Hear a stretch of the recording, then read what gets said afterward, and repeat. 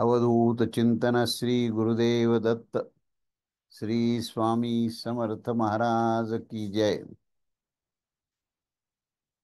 तर आता आपण 18वा मंत्र आपण सुरू केला होता, पण तो अर्धवट झाला. तर त्याची थोडी पार्श्वभूमी सांगून त्याच्यावरचं विवेचन हे मी वाचतो आणि त्याच्यानंतर आपण पुढे जाऊया. विषय असा आहे की स्वप्नवृत्तीचं स्वरूप काय आहे ह्याच्यावर ही चर्चा आहे पूर्ण. आणि ह्याचा जो पूर्व पक्ष मांडलेला आहे तर तो असं मांडलाय की परंतु दर्शनरूपा स्वप्नावस्थामध्ये शरीर आणि इंद्रियाचा अभाव होण्यावर देखील याची ही संसार धर्मता पाहिल्या जात असते. ज्या प्रकारे जागृत अवस्थेमध्ये होत असतं अगदी त्याच प्रकारे स्वप्नामध्ये देखील मनुष्य सुखी दुःखी आणि इतर बंधूपासून वियुक्त असा होत असतो. तो शोक करणारा होतो, मोहित होणारा होतो आणि त्या कारणाने हा जो शोक मोहरूप धर्म हा असणारच असतो. तर याचे हे शोक मोहादी आणि सुख दुःख इत्यादी जे जे देहाचे धर्म आहेत आणि जे इंद्रियाच्या संयोगाने होणाऱ्या जे भ्रांतीची स्थिती आहे ती या ठिकाणी कशी होते हा प्रश्न त्याने विचारला आहे. तर त्याच्यामध्ये तशी ती आरोपित होते का आत्म्यावर हा प्रश्न आहे. तर तो म्हणाला सिद्धांती म्हणतो की अशी काही गोष्ट नाही, कारण मुळातून स्वप्न ही मिथ्या आहे. ती केवळ कल्पना आहे आणि त्या कल्पना असल्यामुळे त्यात घडणाऱ्या कोणत्याही घटना ज्या आहेत याला सत्य मानता येणार. हो, बरोबर आहे. तर आता आपण याच्यामध्ये काय नेमकं आशय अर्थ आणि आशय काय ते आपण बघूया. ज्या समयी हा आत्मा स्वप्नवृत्तीने क्रीडा करत असतो त्या समयी त्याचे हे जे लोक हे कर्मफल उदित होत असतात. तेथे देखील हे कोणतंही त्या ठिकाणी स्वरूप धारण करतात. हे कधी महाराज होतात तर कधी महाब्राह्मण होतात अथवा ते उच्च नीच गती सुद्धा प्राप्त होत असतात. ज्या प्रकारे कोणी महाराज आपल्या प्रजाजनास घेऊन त्यांना स्वाधीन करून आपल्या देशामध्ये यथेच्छ भ्रमण करत असतात, अगदी त्याच प्रकारे या प्राण्यास ग्रहण करून आपल्या शरीरामध्ये यथेच्छ ते भ्रमण करत असतात. असं त्या मंत्राचा शब्दशः अर्थ आहे. आणि त्याचा आशय असा आहे की तो जो प्राकृत आत्मा ज्या समयी दर्शन रूपा स्वप्नवृत्तीने क्रीडा करत असतो त्या समयी ते लोक कर्मफल उदित होते. आणि ते कोणते आहे तेव्हा त्या अवस्थेमध्ये देखील ते महाराजासारखे होऊन जातात. जागृत अवस्थेच्या प्रमाणे महाराजत्व होत नाही तर अशा प्रकारे महाब्राह्मणाच्या समानही होत असतात. अथवा उच्च नीच देवत्वादी आणि नीच तिर्यक इत्यादी अशा प्रकारे उच्च नीचाच्या सदृश्य गतीस सुद्धा ते त्या स्वप्नावस्थेत प्राप्त होत असतात. परंतु ह्याचे हे जे महाराजत्व लोक जे आहेत ते खऱ्या अर्थाने पाहिले तर ते मिथ्याच आहेत. कारण की ह्याच्याबरोबर इव शब्दाचा प्रयोग केला आहे आणि स्वप्नेतर अवस्थेत याचा व्यभिचार म्हणजे त्याग केलेला आहे. या कारणाने स्वप्नावस्थेमध्ये बंधुवियोगाची जनित शोक मोह इत्यादी संबंधी जरी होत असले तरी ही अशी गोष्ट प्रत्यक्ष ही घडत नाही, कारण स्वप्न हे मिथ्या आहे.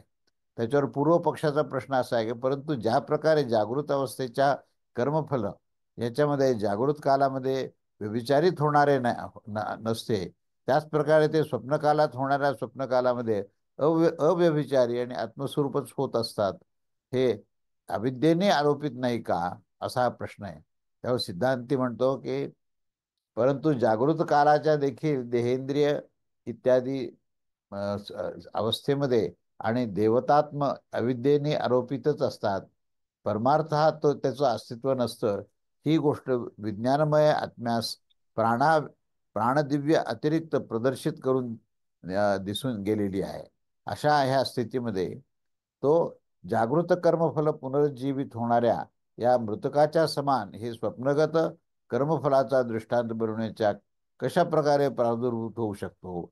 तर पूर्व पक्ष म्हणाला की ठीक आहे की आत्मा प्राणादी व्यतिरिक्त आहे आणि हे प्रदर्शन करण्यासाठी प्रयोग केलेले हे न्यायानेच विज्ञानमयाच्या अतिरिक्त सिद्ध होण्यावर कार्यकारण देवता प्रदर्शन हे शुक्तीमध्ये जसं रजतदर्शनाचा समान अविद्या इत्यादी आरोपित आहेत असे सिद्ध होऊन गेलेले असते.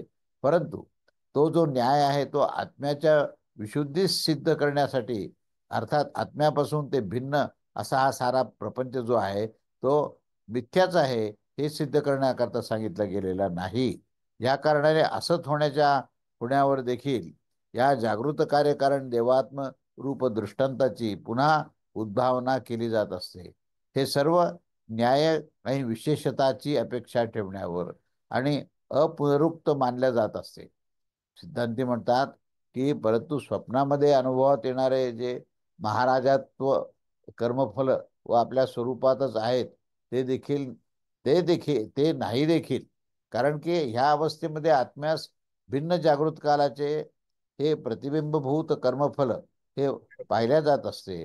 आणि त्या समयी ज्याची इंद्रिये आत्म्यामध्येच लीन होऊन जात असतात तो पलंगावर झोपलेला हा महाराजच आणि अन्य सर्व सेवकास जेथे तेथे झोपलेले झोपलेल्या अवस्थेमध्ये तो स्वप्नामध्ये पाहताना आपणास जागृत अवस्थेच्या समान पुन्हा सेवकादी इत्यादी युक्त होऊन महाराजांच्या समान यात्रेमध्ये जाताना आणि भोग भोगताना तो पाहत असतो. त्या महाराजांच्या पलंगावर शयन करणारे ह्या देहाच्या अतिरिक्त या सेवकाच्या सहित ह्या देशामध्ये भ्रमण करणारा कोणी अन्य देह दिवसाच्या वेळी पाहिला जाऊ शकत नाही.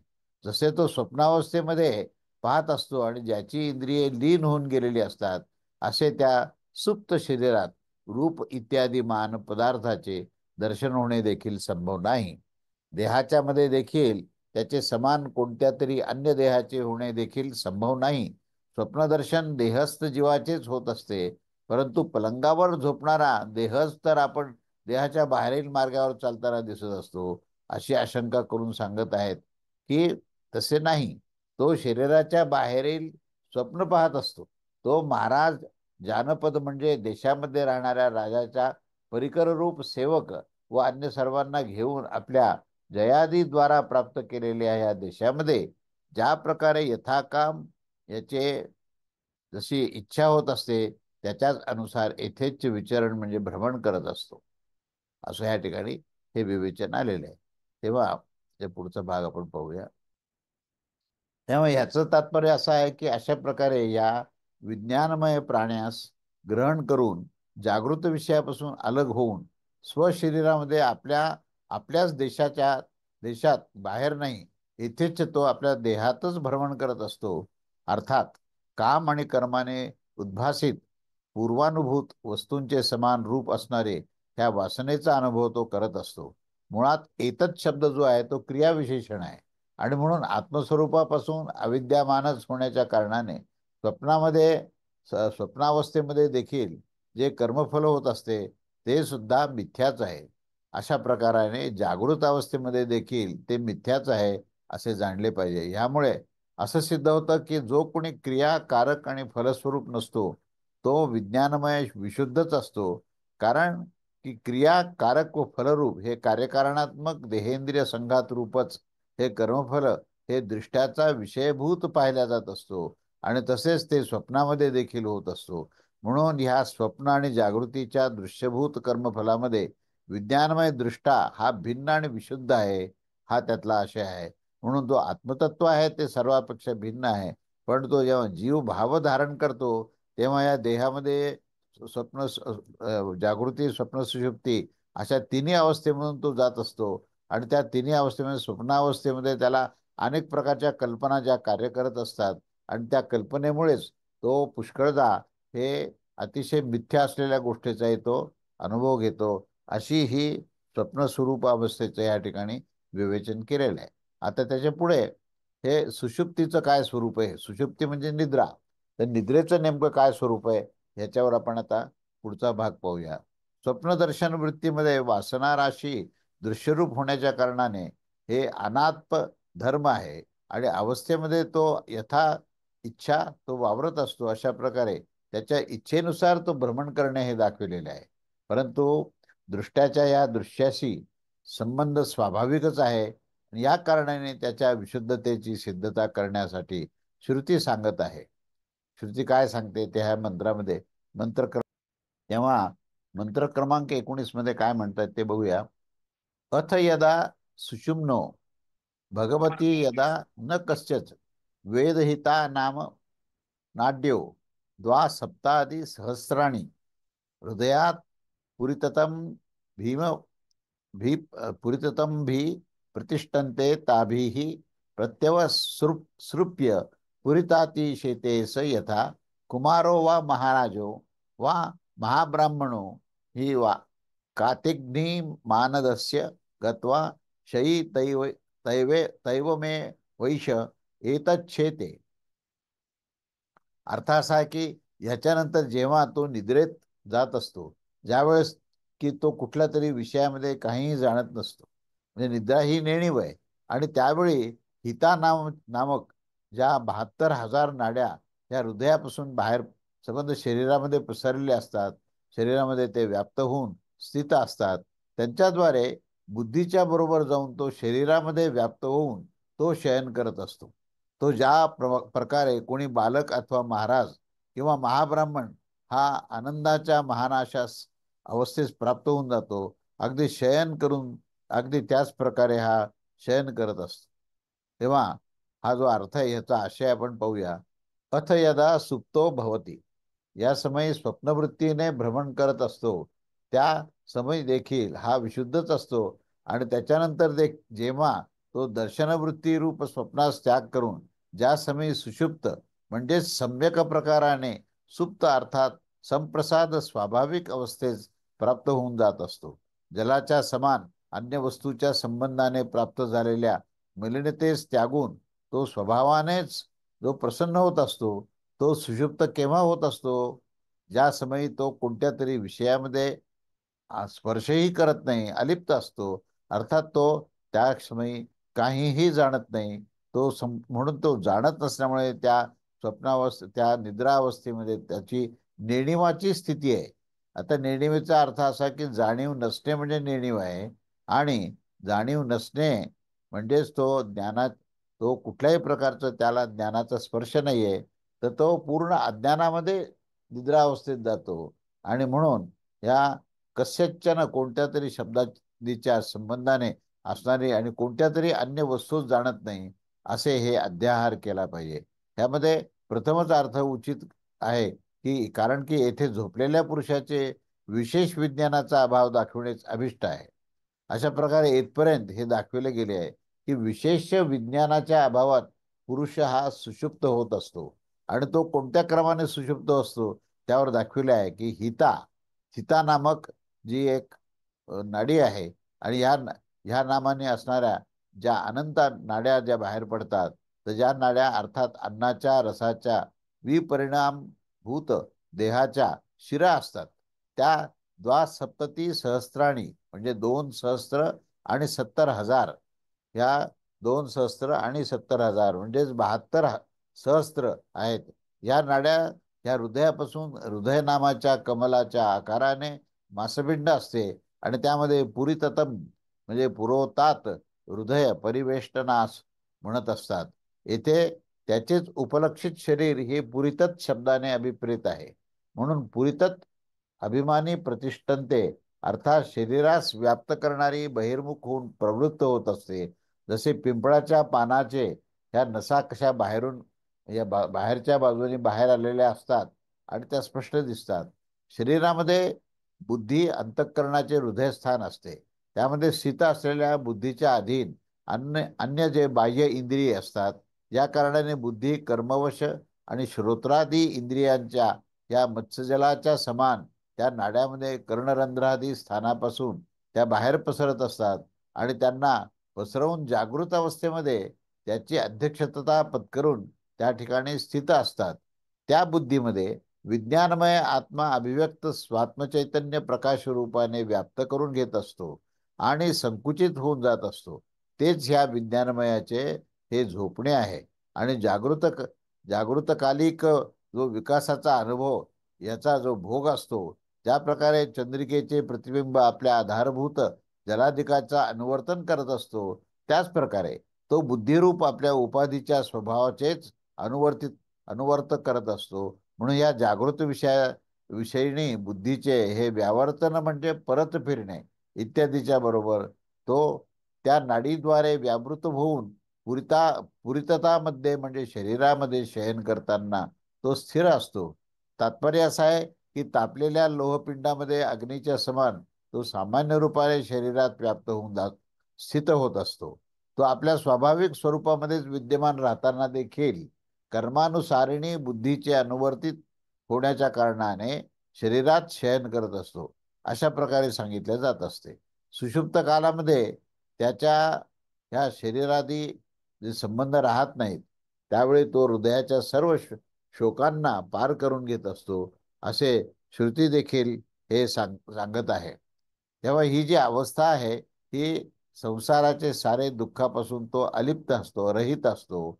या विषयामध्ये हा जो दृष्टांत दिला जात आहे तो तशा प्रकाराने कुमार हा अत्यंत छोटा बालक अथवा ज्याची प्रजा अत्यंत प्रभावित होऊन गेली आहे असे कोणी शास्त्रोक्त आचरण करणारा हा महाराज अथवा अत्यंत परिपक्व विद्या विनय संपन्न हा महाब्राह्मण अतिग्निम जो अतिशय रूपाने दुःखाचा घात करून देत असतो, अशी जी अतिग्नी आनंदी अवस्था म्हणजेच सुखावस्था असते आणि त्यास प्राप्त होऊन शयन करून स्थित होतो. आपल्या या स्वभावामध्ये स्थित या कुमारादीचे हे सुखलोकात सर्वात वृद्धिंग होण्यावर जे दुःख असते ते स्वभावता नसतेच, म्हणून प्रसिद्ध होण्याचे त्याची स्वाभाविक अवस्थेत ह्या दृष्टांत रूपाने ग्रहण केले जाते. येथे केवळ सुषुप्तावस्थेचेच अभिप्राय नाही, तर कारण की सुषुप्तावस्था तर ह्या दृष्टांती रूपकाने ग्रहण केलेले आहे, त्या कारणाने पुन्हा तो दृष्टांत आणि द्राष्टांतिकामध्ये काही विशेषताच राहणार नाही आणि दृष्टांत आणि दाष्टांतिकाचा भेद कोणत्याही विशेषतेच्या वर राहण्यावर होऊ शकत नाही आणि ह्या कारणाने येथे त्यांची सुषुप्ती ह्या दृष्टांत नाही नाही राहत. अशा प्रकारे जसे हे हा दृष्टांत आहे की विज्ञानमय एतच्छेते ह्या शयनामध्ये तो झोपत असतो आणि येथे एतत् शब्द जो आहे तो क्रियाविशेषणार्थक आहे. अर्थात अशा या सुषुप्तावस्थेमध्ये तो स्वाभाविक स्वरूपामध्ये सारे संसारिक धर्माने अतीत होऊन तो विद्यमान राहत असतो. म्हणजे या ठिकाणी जी आधी स्वप्न आणि नंतर सुषुप्तावस्थेचं वर्णन केलेलं आहे, त्या सुषुप्तावस्थेमध्ये सुद्धा तिथे आत्मतत्व जे आहे ते जागृत आहे आणि निद्रिस्त काय आहे तर तो जीवभाव निद्रिस्त आहे. म्हणून या ठिकाणी जीवभाव शांत झालेला आहे आणि मन बुद्धी चित्त अहंकार हे पंचज्ञानेंद्रिय पंचकर्मेंद्रिय ह्या सगळ्या जे आहेत हे सगळे त्या आत्मतत्वात विलीन झालेले आहेत आणि विलीन झाल्यामुळे तो शांत आणि समस्थितीमध्ये आहे. म्हणजे कित्येक वेळाला निद्रेला ही ब्रह्मावस्था सुद्धा म्हणता येते, परंतु त्याला संपूर्ण ब्रह्मावस्था म्हणता येणार नाही, कारण त्या ठिकाणी नेणीव आहे किंवा जिथे अज्ञान आहे तिथे ब्रह्मतत्व राहू शकत नाही आणि म्हणून त्याचं वर्णन करताना तो तमोगुण प्रधान ब्रह्मा ब्रह्मावस्था सदृश्य असं सुद्धा त्याचा उल्लेख केलेला आहे की जिथे समस्थिती आहे त्या ठिकाणी कुठल्याही प्रकारच्या विषयाची आसक्ती नाही आहे, ज्या ठिकाणी कुठल्याही प्रकारचा लोभ किंवा विकार नाही आहे, ज्या ठिकाणी कुठल्याही प्रकारचा अहंकार नाही आहे, तर ती ही निद्रा अवस्था आहे. आणि म्हणून त्या निद्रा अवस्थेचं हे विशेष वर्णन या ठिकाणी केलेलं आहे. आणि तिथे मुख्य आत्मतत्व कसं आहे, जीवभाव कसा आहे, देहाची स्थिती कशी आहे, जाणीव कशी आहे, ह्याच्यावर त्यांनी सांगितलं की ही जाणीव त्या ठिकाणी नाही आहे आणि म्हणून जाणीव नसल्यामुळे हा नेणीव शब्द आलेला आहे. तेव्हा नेणीव ही निद्रावस्था आहे. नेणीव म्हणजे न जाणण्याची स्थिती हा त्याचा अर्थ आहे. तर असं हे वर्णन हे सुषुप्त अवस्थेचं केलं. तेव्हा हा निद्रिस्त अवस्थेमध्ये असताना तो आधीचा प्रश्न असा होता की त्यावेळेस तो नेमका कुठे होता. तेव्हा ह्या प्रश्नाचं उत्तर सांगितलं गेलं आहे की ह्या प्रश्नाच्या निर्णयानेच विज्ञानमय आत्म्याची ही स्वभावता शुद्धी आणि काय करून एवढं मोठं लांबून लांबून नाही काही गरज नाही काय तिथं काय द्यावायचं तिकडे काय लावायचं डेंटल वाल्याने केलंय सगळ्यांनी केलं. साळुंकेचं हे अनम्यूट झालं होतं चुकून त्यांच्याकडनं. मी केलंय आता म्यूट. आता म्यूट झाले का सगळे? हो हो केले हा केलेत ना. ठीक. ठीक. तेव्हा हा प्रश्न असा होता की निद्रावस्थेमध्ये तो नेमका कुठे होता, त्याच्या या प्रश्नाच्या निर्णयाने ह्या विज्ञानमय आत्म्याची ही स्वभावता विशुद्धी आणि असंसारता देखील या ठिकाणी दाखवली गेली आहे. आता हा कुठून आला या प्रश्नाचं निराकरण करण्याचा आरंभ या चर्चेमध्ये आहे.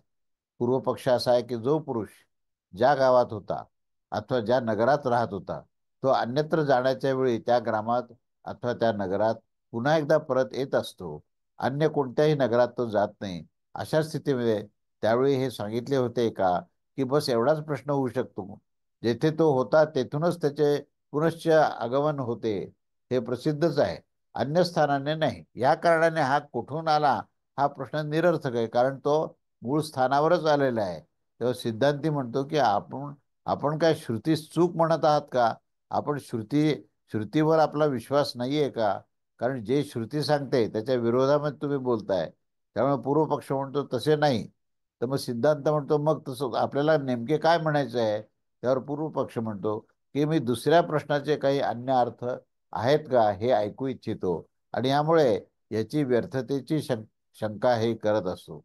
आता एकदेशी म्हणतो की ठीक आहे, तर नंतर कुतः या शब्दाची कोठून प्रकाराने ह्या अपादानार्थता करण्यावरच ह्या पुरुषाच्या आसक्तीचा दोष होत असतो. काही अन्य प्रश्नाची निमित्तार्थक ही मानल्या जाईल. अर्थात कुत एतत आगात, कोणत्या निमित्ताने ह्याचे इथे येणे झाले हा प्रश्न आहे. त्यावर सिद्धांती म्हणतो की ह्याची निमित्तार्थता देखील होऊ शकत नाही, कारण की असे मानल्याने याच्या उत्तराने विरोध होईल. उत्तरामध्ये अग्नीने हे विस्फुर जे ठिणग्याच्या समान आत्म्यानेच जगताची उत्पत्ती केली आहे. या ठिणग्या म्हणजे चिंगारी ज्याला म्हणता येईल, तो पसरवण्यात अग्नी हा निमित्त नसतो, तर तो त्याला अपादानच आहे. अशा प्रकारे अशा आत्म्याने या वाक्यात परमात्मा विज्ञानमय आणि आत्म्याच्या अपादान रूपाने ऐकला जात असतो. म्हणून उत्तरामध्ये विरोध आपल्या कारणाने कुतः या प्रश्नाची निमित्तार्थताचं वर्णन नाही केले जाऊ शकत. त्याला आपल्याला शब्दामध्ये व्यक्त करता येणार नाही. पूर्व पक्ष म्हणतो परंतु अपादान पक्षाचे मत स्वीकार करण्यावर देखील पुनरुक्ताचे दोष हे उभेच राहतात. त्यामुळे हा सिद्धांत म्हणतो हा काही दोष नसतो, कारण की ह्या प्रश्नाने आत्म्यामध्ये क्रियाकारक आणि फलात्म्याची निवृत्ती ही प्रतिपादन करणे अभिष्ट आहे. येथे विद्या आणि अविद्या दोघांचेही वर्णनाने केल्या गेले आहे. आत्मा आहे अशा धारणेने उपासना करा असं निवेदन सुरुवातीला दिलं होतं. तेव्हा आत्मा आहे असं काय उपासना ही कशी करायची, तर त्यावर पुढे म्हणतं आत्म्यासच जाणा, आत्मलोकाचीच उपासना करा, हा विद्येचा विषय आहे. आणि पांक्तकर्म आणि त्याची फलनामरूप कर्मात्म्याची ही अन्नत्रय हे अविद्येचे विषय आहे. त्यामध्ये अविद्येच्या विषयामध्ये तर हे काही सांगणे होते की ते सर्व सांगून दिले आहे, पण विद्येचा विषय जो आहे तो आत्म्याचा तर केवळ उल्लेख केलेला आहे. त्याचा निर्णय हा करण्यासाठी मी तुम्हास ब्रह्मचा उपदेश करेन अशा प्रकारची जी घोषणा केली होती आणि ज्ञान करून देईल अशाही प्रकारचं निवेदन केलं होतं, तेव्हा हे जे प्रकरण निर्माण झालं आहे ते विद्येच्या विषयभूत त्या ब्रह्मच्या यथार्थ रीतीने ज्ञान करून घेणे हे आवश्यक आहे. तेव्हा त्याचे यथार्थ स्वरूप हे क्रियाकारक आणि फलरूप भेदाने रहित हे अत्यंत विशुद्ध आणि अद्वैत असे आहे. तेव्हा हे जे दाखवलेलं आहे ते अभिष्ट आहे. या कारणाने त्याच्या अनुरूपच श्रुती सांगते की त्या समयी हे सांगत होते का, की हा कुठून आलेला आहे. तेव्हा हे दोन जे प्रश्न आहेत ना, या दोन्ही प्रश्नामध्ये ज्यामध्ये जेथे ते राहत होते ते अधिकरण होत असते आणि जे राहत असते ते अधिकर्तव्य होत असतं. लोकांमध्ये त्या अधिकरण आणि अधिकर्तव्याचा जो भेद पाहायला गेला आहे, ह्याच प्रकाराने जेथून ते येत असतो तेथे तेच अपादान होत असतं, आणि जो जात असतो तो करता ज्याच्यापासून भिन्न पाहिला जात असतो. अशा प्रकारे आत्मा कोणातरी अन्यामध्ये त्याच्यापेक्षा भिन्न रूपाने होता आणि कोणत्या तरी अन्य स्थानामध्ये त्याच्यापेक्षा भिन्न रूपाने कोणत्या तरी भिन्न साधनांतराच्या द्वारे येत असतो. अशा प्रकारे लोकवत अशी बुद्धी ही प्राप्त होते. याचे उत्तर देऊन निराकरण करायचे आहे. अर्थात हे दाखवणं आहे की तो आत्मा ना तर अन्य रूपाने कोणत्या तरी अन्य स्थानामध्ये अथवा न ह्या अन्य रूपाने अन्याच्या जवळून आला आहे आणि न आत्म्यामध्ये कोणी अन्य साधनच आहे. तर मग काय आहे, तर तो आपल्या स्वरूपातच होता, जसे की स्वात्म्यास प्राप्त होऊन जात असतो. हे सौम्य ह्या त्या समयी हा सच्ची संपन्न म्हणजे संयुक्त होऊन जात असतो. या प्रज्ञात प्राज्ञात्मादी सम्यक प्रकाराने तो आलिंगित राहत असतो आणि परमात्म्यात तो सम्यक प्रकाराने स्थित होत असतो इत्यादी श्रुतीने सिद्ध केलेले आहे. अन्य आत्मा कोणत्या तरी अन्याच्या जवळून येत नसतो ही गोष्ट या आत्म्याने इत्यादी रूपाने श्रुतीच प्रदर्शित करत असते. कारण की आत्म्यापासून भिन्न वस्तू अशी नसतेच आणि भिन्न सत्ताही नसते. सत्ता ही केवळ आणि केवळ आत्म्याचीच असते आणि जे जे म्हणून अस्तित्व आपण म्हणतो ते सर्व अस्तित्व हे आत्म्याच्या व्यतिरिक्त अन्य असू शकत नाही, असा सिद्धांत या ठिकाणी पुन्हा एकदा मांडलेला आहे. तेव्हा आता याच्या संदर्भातला आता पुढचा पूर्वपक्ष मांडलेला आहे की मग आत्म्यापासून भिन्न प्राणादी वस्तू आहेतच ना, मग त्याबद्दल काय म्हणायचं आहे. तर सिद्धांत म्हणतो नाही, कारण की प्राणादीची निष्पत्ती तर त्या आत्म्यापासूनच होत असते. कशा प्रकारे होते, तर आम्ही दाखवत आहोत. त्यामध्ये हा दृष्टांत आहे. तर दृष्टांत सांगतात की आत्म्यामध्ये हे संबंध जगताची उत्पत्ती आणि उर्णनाभी आणि अग्निविस्फुल्लिंग ह्याचा एक दृष्टांत ह्या मंत्रामध्ये सांगितला आहे. मंत्र क्रमांक 20. या यथोर्णाना विवस्तंतो नो उच्चारे तथाग्ने हे क्षुद्रा विस्फुलिंगा विच्चरन्ते मेवा अस्मादात्मनं सर्वे प्राणाः सर्वे लोकाः सर्वे देवाः सर्वाणि भूतानि विच्चरन्ति तस्योपनिषत्स तस्य सत्यमिति प्राणा वै सत्यम तेषावेश सत्यम. आता या ठिकाणी हा दृष्टांत आहे आणि त्या सिद्धांतही मांडलेला आहे. आता याचा अर्थ असा आहे की ज्याप्रमाणे उर्णनाभी म्हणजे कोळी, जो जाळं विणतो तो कोळी, तर कोळी जो आहे तो आपल्याच मधून निर्माण झालेल्या तंतूच्या मदतीने वरच्या दिशेने जात असतो आणि अग्नीपासून अनेक ठिणग्या ह्या उडत असतात. त्याचप्रकारे या आत्म्यापासून सुद्धा समस्त प्राण, समस्त लोक, समस्त देवगण आणि समस्त भूत विविध रूपाने उत्पन्न होत असते. हे सत्याचे सत्य आहे, हे त्या आत्म्याचे उपनिषद आहे आणि प्राणच सत्य आहे, याचेच हे सत्य आहे. तेव्हा सत्याचे सत्य इथे निवेदन केलेले आहे. सत्याचे सत्य शब्दाचा अर्थ असा आहे की पहिलं जे सत्य शब्द वापरलाय तर तो म्हणजे आभासात्मक दिसणारं दृश्य आहे, पण त्याला आम्ही सत्य मानतो, तर त्या सत्याबद्दल बोललेलं आहे. आणि मग सत्याचे सत्य म्हणजे त्या सत्याच्या त्या आभासात्मक सत्याच्या अधिष्ठानामध्ये जे आत्मतत्व आहे, तर ते आत्मतत्व हेच सत्य आहे आणि त्या आत्मतत्वामध्ये प्राणतत्व आहे, त्यामुळे प्राण देखील सत्य आहे. अशा प्रकारचं इथे सिद्धांत मांडलाय. तेव्हा या सिद्धांताबद्दलचा आशय काय ते बघूया आपण. लोकांमध्ये ज्या प्रकारे तो उर्ण हा नाभी, तो जाळे बनवणारा कीटक प्रसिद्धच असतो, तो एकटाच आपल्यापासून सर्वथा भेद न ठेवणारा आणि तंतूच्या द्वारे वरील दिशेने जात असतो. त्याच्यावर जाण्यामध्ये आपल्यापेक्षा भिन्न काही साधन नसतं. आणि ज्या प्रकारे एकरूप अर्थात एकच अग्नीने हे क्षुद्र अल्प हे विस्फुलिंग म्हणजे ठिणग्या म्हणजेच अग्निकण ह्या विविध नाना ठिकाणी उडत असतात आणि ज्या प्रकारे एकरूप अर्थात हे दोन्ही दृष्टांत हे कारकभेद न होण्यावर देखील ही प्रवृत्ती प्रदर्शित करत असतात आणि प्रवृत्तीच्या पूर्वस्वरूपता एकत्व दाखवत असतात.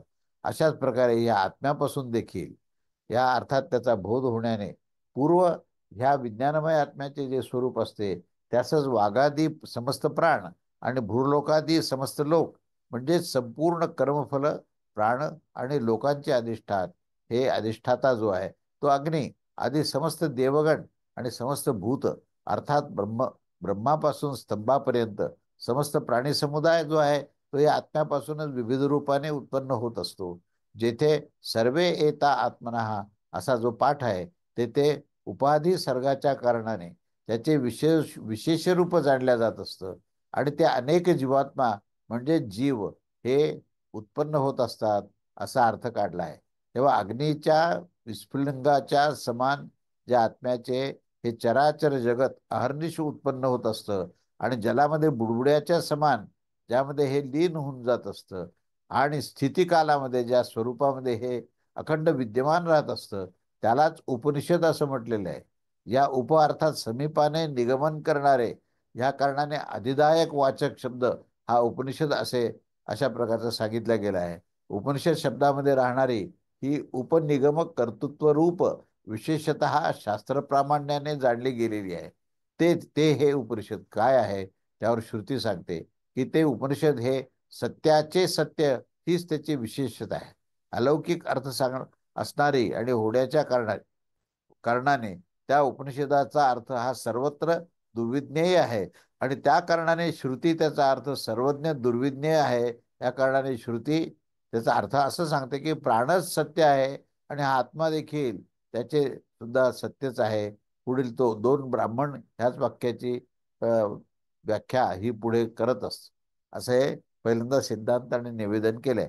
आता त्याच्यावरची ही चर्चा आहे. त्या चर्चेमध्ये पूर्व पक्ष असा मांडलाय की पुढील दोन ब्राह्मण भलेही त्या उपनिषदाची व्याख्या करण्यासाठी आहेत, परंतु वर जे काही सांगितले गेले आहे ते हे त्याचेच उपनिषद आहे असं जे निवेदन आहे त्यामध्ये आम्ही हे जाणत नाही की उपनिषद हाताने दाबल्यावर जो जागृत झाला आणि शब्दाधिकाचा भोग करणारे जो प्राकृत विज्ञानमय संसारी आत्म्याचे आहे अथवा ते अन्य कोणत्या असंसारीचे आहे असा आमची जिज्ञासा निर्माण झाली आहे. त्यावेळेस सिद्धांत म्हणतो की हे तुम्ही विचारणं त्याचं काय नेमकं प्रयोजन आहे. पूर्व पक्ष म्हणतो की ज्याप्रमाणे हे उपनिषद संसाराचे आहे तेव्हा तर संसारीच विशेष रूपाने ज्ञातव्य असते, त्याच विज्ञानानेच सर्वभावाची प्राप्ती होऊ शकते. तेच ब्रह्म हे ब्रह्मशब्दाचे वाच्य आहे आणि त्याची विद्याच ही ब्रह्मविद्या आहे.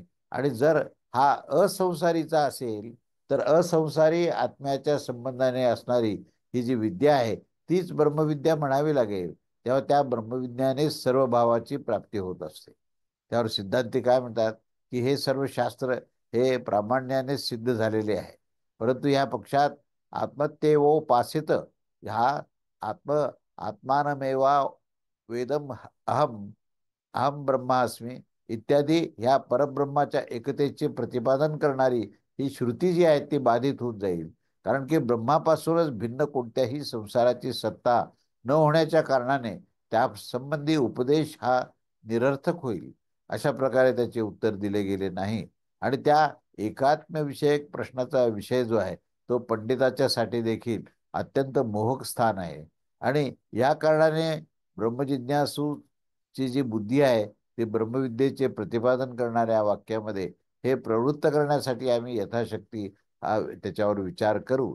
यांच्यापेक्षा असंसारिक शुद्ध आत्मा तर परमात्मा होऊ शकत नाही. कारण की हात दाबल्यावर तो जागृत झालेल्या त्या शब्दाधिकाचे भोगते एवं सुषुप्ती संज्ञक अवस्थानंतरचे हे विशिष्ट जीवाने जगताची उत्पत्ती केली आहे. त्यापासून भिन्न क्षुधादी जीवधर्माने रहित असलेले आणि ब्रह्म जगताचे शासक नसते. तर का नसते? कारण की मी तुला ब्रह्मतत्वाचे ज्ञान देतो अशी प्रतिज्ञा करून आणि नंतर हात दाबण्याच्या द्वारे सुषुप्त पुरुषास जागृत करून त्या शब्दादी भोक्तृत्व विशिष्ट दाखवून त्याच्या स्वप्नाचे द्वारा ही सुषुप्ती संज्ञक अवस्था ह्याच्यानंतर या अवस्था अंतर्गत प्रदर्शित करून श्रुती म्हणते की एवमेवास्मात इत्यादी वाक्याद्वारे सुषुप्ती अवस्थेमध्ये अवस्था ही विशिष्ट त्या आत्म्याचेच विस्फुलिंग आणि उर्णनाभीच्या त्या दृष्टांताद्वारे जगताची उत्पत्ती या ठिकाणी दाखविली गेलेली आहे. तेव्हा येथे मध्येच जगताच्या उत्पत्तीचा कोणते दुसरे कारण ऐकले गेले नाही आणि हे विज्ञानमयाचे प्रकरण आहे. आणि ह्याच्या समान या प्रकरणामध्येच कोशितांची जी शाखा असणाऱ्यांची एक श्रुतीमध्ये अत्तेद्यादी पुरुषाचे प्रकरणामध्ये उठून श्रुती तो बोलला हे बालकाचे जे पण ह्या बालकाचे जे ह्या पुरुषाचा कर्ता असतो ते जगद्रूप जगद्रूय कर्म असते आणि तेच निश्चय असं ज्ञातव्य आहे.